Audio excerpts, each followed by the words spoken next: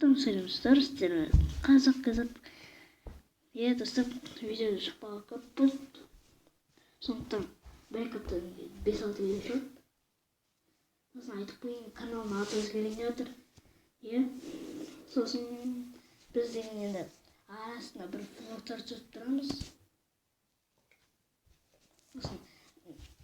Сондай-ақ біздер деген енді тағы да новый ойындар қосылады.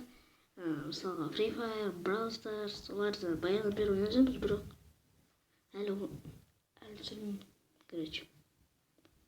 Сол туралы айтқым келді. Жақында видео шығады, короче. Соны айтып қойайын дегенмін. 1-2 апта нормальный приложение жазып аламын, монтаждаймын, нормально істеймін, короче. Давайте. Осы